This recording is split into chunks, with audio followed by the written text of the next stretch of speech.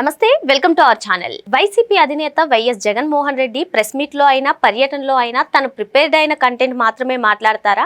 మరి ప్రజల నుంచి ఎటువంటి సమస్యలు అయినా సరే అవి టాపిక్ డైవర్షన్ అంటూ ఆయన దాటవేస్తారా? అసలు ఏం జరిగింది? నిన్న భవానీపురం జోజీనగర్ లో పర్యటించిన ఆయన ఏం మాట్లాడారు తెలుసుకునే ప్రయత్నం చేద్దాం. దీన్ని విశ్లేషించడానికి మనతో పాటుగా ఉన్నారు ప్రముఖ ఆర్థిక, రాజకీయ, సామాజిక విశ్లేషకులు అప్పసాని రాజేష్ గారు. నమస్తే సార్. నమస్కారం. ఇల్లు కూల్ చేస్తుంది ప్రభుత్వం అక్రమంగా, నేను పర్యటిస్తాను అని చెప్పి జగన్మోహన్ రెడ్డి నిన్న భవానీపురంలో పర్యటించిన సంగతి మనకు తెలిసిందే సార్. అక్కడ స్థానికులు ఈ అగ్రిగోల్డ్ సమస్య అని పేరెత్తగానే టాపిక్ డైవర్షన్ అయిపోతుంది, నేను ఇప్పుడు మాట్లాడను అంటూ జగన్మోహన్ రెడ్డి ప్రవర్తించిన తీరును ఏ విధంగా చూడాలంటారు? అంటే మీరు కూడా జగన్మోహన్ రెడ్డి పరిస్థితి అర్థం చేసుకోవాలి. ఇప్పుడు ఈ రోజు జగన్మోహన్ రెడ్డిని కొత్తగా మీరు చూడాలా. అతను ముఖ్యమంత్రిగా కొనసాగిన సందర్భాల్లో కానీ, అతను బహిరంగ సభలో ప్రసంగించిన సందర్భాల్లో కానీ, తన రాజకీయ ప్రత్యర్థులైన చంద్రబాబు నాయుడు గారిని, పవన్ కళ్యాణ్ గారిని ప్రతిరోజు చేసే విమర్శ చేయడానికి కూడా ఆయన ఎవరో రాసిచ్చిన స్క్రిప్ట్ చూసుకునే మళ్ళీ చెప్తాడు. నిన్న ఏం విమర్శ చేశానో ఇవాళ కూడా దాన్నే కంటిన్యూ చేద్దామని చెప్పని కూడా ఆ మాత్రపు క్రియేటివిటీ కూడా ఆయన దగ్గర లేదు. కనీస మాత్రపు విమర్శ కూడా ఎవరో రాసివ్వాలి, ఆ రాసిచ్చిన స్క్రిప్టే ఆయన చదవాలి. ఇప్పుడు నిన్న జోజీనగర్ బాధితులను పరామర్శించడానికి వచ్చాడు. ఆ సంఘటన ఏంటి, అక్కడ బాధితుల వర్షన్ ఏంటి, ప్రభుత్వం మీద ఏ విమర్శలు ఎక్కువ పెట్టాలి, ఇవి ఆయనకి ఎవరో స్క్రిప్ట్ రాసిస్తారు. వాటిని చూసి చదవటం వరకు మాత్రం ఆయన బాధ్యత. స్క్రిప్ట్లో లేకుండా మీరేదో అప్పటికప్పుడు కొత్త ప్రశ్నలు లేవనెత్తితే వాళ్ళ స్క్రిప్ట్ రైటర్ అప్పటికప్పుడు వీటికి సమాధానాలు రాసి ఇవ్వలేడు కదా. రాసి ఇవ్వలేనప్పుడు ఈయనేం చెప్తాడు? గతంలో చెప్పాడు కదా, కాస్తో ఇష్టిష్కో అని చెప్పని. అట్లాంటి ఏయో తిక్కల ప్రసంగాలు చేస్తాడు. అందుకోసం అని చెప్పని ఆ ఇంట్లో నుంచి బయటకు వెళ్ళేటప్పుడే భారతి గారు క్లియర్గా ఆయనకి గిల్లి మరీ చెప్పంపించుద్ది. ఏ డీవియేషన్స్ పెట్టుకోవద్దు, యాజ్ పర్ స్క్రిప్ట్, మన స్క్రిప్ట్ రైటర్ ఏది రాసిస్తాడో దాన్నే ఫాలో అవ్వు. అంతకు మించి నీ అతి తెలివితోటి అక్కడ ఎవరో ఏదో ప్రశ్నలు లేవనెత్తారు కదా అని చెప్పని దానికి నువ్వు సమాధానం చెప్పబోయి ఇంకేదో చెప్పి నీ సొంత పాండిత్య ప్రదర్శన కనుక చేసావనుకో, దాన్ని అందిపుచ్చుకొని ఆ తెలుగుదేశం, జనసేన సోషల్ మీడియా వాళ్ళు హోరెత్తిస్తూ ఉన్నారు. దాన్ని కవర్ చేయలేక నేను ఈ సాక్షి పేపర్లో, సాక్షి ఛానల్లో ఎవరో ఒక మన పెయిడ్ ఆర్టిస్టులను తీసుకొచ్చి ఈ చర్చలు పెట్టలేక చచ్చిపోతున్నా. కాబట్టి నువ్వు మాత్రం నీ సొంత పాండిత్య ప్రదర్శన అసలు చెయ్యొద్దు. ఒక మంచి స్క్రిప్ట్ రైటర్ని పెట్టా, వాళ్ళు రాసిస్తారు, దాన్నే ఫాలో అవ్వు అని చెప్పని ఆమె ఈయనకు తొడపాసం పెట్టి మరీ పంపిస్తూ ఉంది. దాంతో ఏ మొహమాటాలు లేకుండా మొన్నటి ప్రెస్ మీట్లో చూసాం.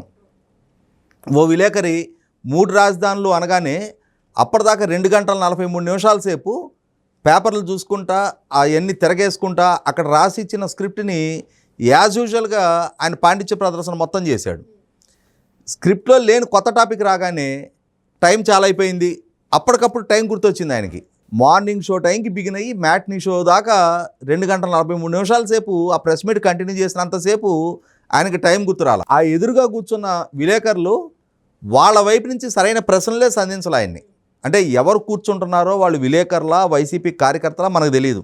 విలేకరులు అని చెప్పని ప్రెస్ మీటు అని చెప్పని ఒక నోటిఫికేషన్ ఇస్తారు, ఒక నోటీసు ప్రెస్ నోట్ పంపిస్తారు. ఎవరెవరిని లోపలికి అలో చేస్తున్నారో మిగిలిన మరి మీడియాకి అందరికీ ఎందుకు ఎంట్రీ ఉండదో మనకు తెలియదు. ఎందుకంటే మిగిలిన మీడియా వస్తే ఇలాగే వాళ్ళు ఏయో ఒక ప్రశ్నలు సంధిస్తే ఈయన ఎక్కడ ఆ మీడియా ముఖంగా వీడియో కెమెరాల సాక్షిగా ఈయన పాండిత్య ప్రదర్శన ఎక్కడ బయటపడిపోద్దని చెప్పని భారతి గారే కట్టడి చేస్తూ ఉన్నట్టుంది.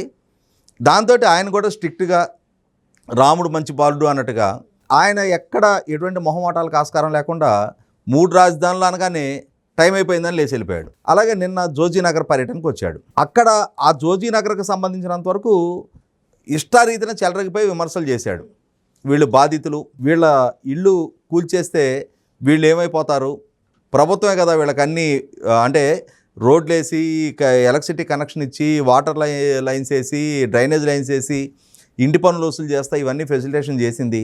ఇవాళ ఆల్ ఆఫ్ సడన్ వీళ్ళందరినీ ఖాళీ చేయమంటే వీళ్ళు ఏమైపోవాలి అని చెప్పని పేదల పక్షపాతిలాగా కరుణ రసం కురిపిస్తా నేను ప్రసంగాలు చేశాడు. మరి అంటే ఆ స్క్రిప్ట్ ఆయనకి ఇచ్చారు, ఇక్కడ నువ్వు ఇలా నటించాలి, ఈ విధమైన విమర్శలు చేయాలి, ఈ విధంగా రక్తి కట్టించాలి. ఇలా రక్తి కట్టించే క్రమంలో ఆల్ ఆఫ్ సడన్ ఎవరో బాధితురాలు వచ్చి సార్ అగ్రిగోల్డ్ అంటే, అగ్రిగోల్డ్ మా స్క్రిప్ట్లో లేదమ్మా అని చెప్పని వెళ్ళిపోయాడు మొహమాటం లేకుండా. ఎజెండా డివేట్ అవుద్ది అంట. ఎందుకు డివేట్ అవుద్ది ఎజెండా? డివేట్ అవుద్ది కారణం ఏంటి అంటే, గతంలో 2019 ఎన్నికలకు ముందు కమ్యూనిస్టు పార్టీలు అగ్రిగోల్డ్ బాధితులతోటి నిరసన శిబిరాలు కండక్ట్ చేస్తూ ఉన్నప్పుడు, నాడు చంద్రబాబు నాయుడు గారి ప్రభుత్వం అధికారంలో ఉంది కాబట్టి నాటి ప్రభుత్వానికి వ్యతిరేకంగా ఈ అగ్రిగోల్డ్ బాధితుల ఓట్లు గుంపకొత్తగా పొందడం కోసం అని చెప్పని ఆ శిబిరాలకు తెగ వెళ్ళాడు. మనం అధికారంలోకి రాగానే మీ సమస్య మొత్తం పరిష్కరిస్తామని చెప్పాడు. 19 నుంచి 24 దాకా 5 సంవత్సరాల పూర్తికాలం అధికారంలో ఉన్నాడు. మరి ఈ రోజుకి అగ్రిగోల్డ్ బాధితులు ఆ సమస్య గురించి ప్రస్తావిస్తున్నారు అని అంటే అతని టెన్యూర్లో పరిష్కరించలేదనే కదా అర్థం. అడుగుతారు కదా, నిన్నటిదాకా 5 ఏళ్ళు నువ్వు పరిపాలన చేసావు కదా, ఎందుకు పరిష్కరించలేదని చెప్పని అడుగుతారు కదా. ఏ కుమ్ముక్కు వాళ్ళతో జరిగి నీకు వాళ్ళకి మధ్య ఏ విధంగా వాళ్ళతో కుమ్ముక్కయ్యి ఇవాళ చిన్న సన్నకారు బాధితుల మొత్తాన్ని నడి రోడ్లో వదిలేసి ఆ సమస్యను అపరిష్కృతంగా అలాగే ఎందుకు ఉంచావని అడుగుతారు కదా. 2019 ఎన్నికలకు ముందు చాలా రాజకీయ విమర్శలు కూడా చేశాడు. అగ్రిగోల్డ్లో అంతర్భాగమైన హాయిలాండ్ లోకేష్ కొట్టేశాడు అని చెప్పని ఆరోపణలు చేసేవాడు. రాష్ట్ర వ్యాప్తంగా ఉన్న అగ్రిగోల్డ్ ఆస్తులు మొత్తం తెలుగుదేశం నాయకులు కొట్టేశారని చెప్పని ఆరోపణలు చేసేవాడు. మరి 5 ఏళ్ళు టెన్యూర్లో ఆ హాయిలాండ్ ఆనాటి నుంచి జగన్మోహన్ రెడ్డి టెన్యూర్లో ఈ రోజుకు కూడా సిఐడి సీజర్లోనే ఉందిగా. ఏ లోకేషో ఇంకొకళ్ళు ఎవరు కొట్టేలేదుగా. అయినా సరే ఆ ఆరోపణలు చేసావుగా. ఎన్నికలకు ముందు నేనేదో అపోహపడి లోకేష్ వ్యక్తిత్వాన్ని కించపరుస్తే ఈ రకంగా ఆరోపణ చేశా. ఇవాళ ప్రభుత్వంలోకి వచ్చినాక మాకు నిర్ధారణ అయింది, హాయిలాండ్ ప్రభుత్వ కస్టడీలోనే ఉంది. కోర్టు ఏ రోజు నిర్ణయం చేస్తే ఆ రోజు దాన్ని వేలం వేసి బాధితులకి డబ్బులు పంచుతాం. ఆ రోజే తప్పుడు ఆరోపణలు చేశాము అని చెప్పగలిగే నైతికత వాళ్ళ దగ్గర ఉందా? అలాగే మరి వాళ్ళ అగ్రిగోల్డ్ వాళ్ళు ఎదురుపడి సడన్గా మాకేంటి పరిస్థితి అంటే ఇక్కడే కాంట్రడిక్షన్ ఏంటి అంటే నిన్న ఆయన ఈ జోజీనగర్ బాధితుల సమస్య పరిష్కారం అయ్యే వాళ్ళకి అండగా ఉంటాం, పోరాటం చేస్తామంటున్నాడు. సేమ్ టు సేమ్ అగ్రిగోల్డ్ వాళ్ళకు కూడా ఇదే చెప్పాడు. ప్రభుత్వ ఉద్యోగులు వచ్చి అన్నా సిపిఎస్ అనగానే వారంలో రద్దు చేస్తా అన్నాడు. అంటే ఎన్నికలకు ముందు ఎక్కడ లేని వాగ్దానాలు చేస్తాడు ఆయన. 5 ఏళ్ళు అధికారంలో ఉన్నాడు. 5 ఏళ్ళు అధికారంలో ఉన్నప్పుడు ఈ సమస్యలు ఏమవుతాయో తెలియదు. ఇవాళ అక్కడ జోజీనగర్ ఇష్యూ సివిల్ డిస్ప్యూట్, అది ప్రభుత్వానికి ఏ సంబంధం లేదు. ఒకసారి కోర్టు నుంచి డిస్మాంటిల్ చేయమని చెప్పిన ఆర్డర్స్ వచ్చిన తర్వాత దాన్ని ఒబే చేయకపోతే, ఆ కూల్చివేతకి ప్రభుత్వం సహకరించకపోతే ప్రభుత్వాన్ని ప్రొటెక్షన్ అడుగుతారు వాళ్ళు. కూల్చివేయడం కోసం మాకు ప్రభుత్వం వైపు నుంచి పోలీస్ ప్రొటెక్షన్ ఇవ్వమని చెప్పని కోర్టును అర్థిస్తారు. పోలీస్ ప్రొటెక్షన్ ప్రొవైడ్ చేయమని చెప్పని ప్రభుత్వాన్ని కోర్టు ఆదేశిస్తుంది. ఆ ఆదేశాలు పాటించి తీరాల్సిన బాధ్యత ప్రభుత్వాలది. లేకుంటే ప్రభుత్వం మీద కంటెంప్ట్ కేసు వేస్తారు వాళ్ళు. ఇది చంద్రబాబు నాయుడు గారు కాదు. ఈవెన్ దో జగన్మోహన్ రెడ్డి ముఖ్యమంత్రిగా ఉన్న బాధితులు ఇరువురు పక్షాల మధ్య సివిల్ వివాదం ఉన్నప్పుడు దాన్ని న్యాయస్థానం అంతిమంగా ఒకళ్ళది టైటిల్ నిర్ధారణ చేస్తూ తీర్పు ఇచ్చిన తర్వాత న్యాయస్థానం తీర్పు అమలు జరిగి తీరాలి. ఈ ఒక్క కాలనీకే పరిమితం కాలా ఇవి. పోనీ జగన్మోహన్ రెడ్డికి ఇల్లు కూల్చివేత గురించి ఇంతటి కన్సర్న్ వచ్చింది అని అంటే నాకు ఆశ్చర్యంగా ఉంది. కారణం ఏంటి అంటే తాడేపల్లిలో ఈయన ఇల్లు ఉంది. ఈయన 2018లోనే ఎప్పుడో మొదలుపెట్టి ఆ ఇల్లు కట్టుకున్నాడు. 2019 ఎన్నికలకు ముందు గృహప్రవేశం అయ్యాడు. అసలు ఆయన అక్కడ అడుగు పెట్టక ముందు దశాబ్దాల నుంచి అక్కడ ఎవరు నివాసం ఉంటున్నారు ఆ ప్రాంతంలో? అమరారెడ్డి కాలనీ అని చెప్పని ఒకటి, తర్వాత కేఎల్ రావు నగర్ అని చెప్పని అక్కడ చిన్న సన్నకారు ప్రజలు ఎప్పటి నుంచో నివాసం ఉంటా ఉన్నారు. ఈయన చెప్తున్నాడు కదా, ఈ జోజీనగర్ వాసులు వాళ్ళకి ప్రభుత్వం ఇళ్ల పనులు వసూలు చేసింది, వాళ్ళకి ఎలక్ట్రిసిటీ కనెక్షన్స్ ఇచ్చింది, డ్రింకింగ్ వాటర్ లైన్స్ వేశారు, రోడ్లు వేశారు. ప్రభుత్వానికి ఆ రోజు ఇది డిస్ప్యూటెడ్ సైట్ అని తెలియదా అని చెప్పని. ఇరువురు మధ్య టైటిల్ డిస్ప్యూట్ ఉంది. ఆ టైటిల్ డిస్ప్యూట్ ఉన్నది కోర్టు నిర్ధారణ చేసింది. ప్రభుత్వం ఒక పక్షాన్ని భుజాన్ని వేసుకొని రెండో వాళ్ళ మీద కక్ష సాధింపు ధోరణితో ప్రభుత్వం అడుగులేలా. ఇక్కడ గమనించుకోవాల్సింది, నేను ఇందా చెప్పినట్టుగా ఈయన అక్కడ ఇల్లు కట్టుకోవడానికి ముందు వందలాది కాపురాలు అక్కడ ఉంటున్నారు. ఈయన ఇంటికి రక్షణ పేరిట ఇవాళ జోజీనగర్ది టైటిల్ డిస్ప్యూట్ అక్కడ. ఇక్కడ ఈయన నివాసం ఉంటున్న ఇంటికి ఎలా అయితే రిషికొండ ప్యాలెస్లో బాత్రూంలో కూర్చుంటే సీ వ్యూ కావాలి అని చెప్పని ప్లాన్ చేసుకొని 100 కోట్ల రూపాయలు పెట్టి కట్టించుకున్నారో, ఇక్కడ కూడా ఈయన సతీమణి బాల్కనీలోకి వచ్చేటప్పటికి ఇలా వ్యూలో ఎక్కడ పేదవాడు ఇల్లు కనపడకూడదు. ఈ పేద కుటుంబాల మధ్య మేము ఉంటామా? మేమేంటి, మా స్థాయి ఏంటి, మా ఇంటి చుట్టుపక్కల ఇట్లాంటి వాళ్ళు ఎవరు కంటికి కూడా కనపడటానికి వీల్లేదని చెప్పని ఈయనకి రక్షణ పేరిట, అంటే వాళ్ళ మధ్య ఉంటే ఈయనకి రక్షణ లేదా? నీ వల్ల వాళ్ళకి ఇబ్బంది, నీ కాన్వాయ్లు, నీ సెక్యూరిటీ ప్రోటోకాల్స్ వల్ల వాళ్ళకి ఇబ్బంది, వాళ్ళ వల్ల నీకు వచ్చే నష్టం లేదు. నువ్వు చెప్పుకోవచ్చు ఘనంగా, అరే నేను పేదల మధ్యలో వచ్చి ఇల్లు కట్టుకొని ఇక్కడ ఉంటున్నా అని చెప్పని. వాళ్ళు కూడా ఘనంగా చెప్తారు, అరే సాక్షాత్తు జగన్మోహన్ రెడ్డి గారు మా ఇరుగు పొరుగున ఆయన ఇల్లు కట్టుకొని నివాసం ఉంటున్నాడు, మమ్మల్ని ఎటువంటి ఇబ్బంది పాలు చేయడం లేదు అని చెప్పని. కానీ దానికి భిన్నంగా నీకు అధికారం ఉంది, యంత్రాంగం చేతిలో ఉన్నారు అని చెప్పని ఆ రోజున అక్కడ దశాబ్దాల తరబడి కాపురం ఉంటున్న ఇల్లు మొత్తం కూల్చి వాళ్ళకి ప్రత్యామ్నాయ ఇంటి స్థలాలు కూడా ఇవ్వకుండా వాళ్ళని అక్కడి నుంచి తరిమేశాడు వందలాది కుటుంబాలని. అటువంటి జగన్మోహన్ రెడ్డి వాళ్ళ ఆ రోడ్లోకి వెళ్తే మనకు కనిపిస్తుంది, రోడ్డు బాగా వైడెన్ అయిపోయి మధ్యలో డివైడరు, స్ట్రీట్ లైట్లు, చెట్లు, రెండు వైపులా ఫెన్సింగ్లు. అంటే ఈయన స్వార్థం కోసం వందలాది ఇళ్లల్లో దీపాలు ఆర్పేసి ఈయనింట్లో దీపం వెలిగించుకున్నాడు. అటువంటి జగన్మోహన్ రెడ్డి వాళ్ళ జోజీనగర్ బాధితుల పట్ల నేను పోరాడతా, చాలామంది పక్షాన పోరాడాడు ఈయన.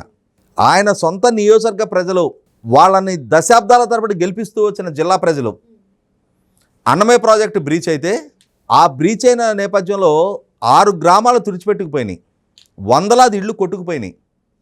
అయ్యా మాకు సహాయ పునరావాసాలు త్వరగా ఏర్పాటు చెయ్యి అని చెప్పని వీరారెడ్డి అని చెప్పని ఒక రైతు, ఈయన మన జిల్లావాడు కదా, మన ముఖ్యమంత్రి కదా, కలుద్దామని చెప్పని ఆయన కూతురుని తీసుకొని వస్తే అరెస్ట్ చేసి జైల్లో పెట్టించాడు.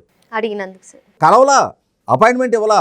ఆయన తిక్కలోడయ్యి సరే ఇక్కడ ఇంటి దగ్గర వీళ్ళ అధికారులు కలవనీటల్లా బయట ఏదైనా ప్రోగ్రాంలో ఉన్నప్పుడు అక్కడికి వెళ్ళి కలుద్దాం సార్, నేను మన జిల్లా వాడిని సార్ అని చెప్పని చేయెత్తితే మనవాడు పిలుస్తాడు అని చెప్పని ఎక్కడంటే అక్కడికి వెళ్ళటం మొదలుపెట్టాడు.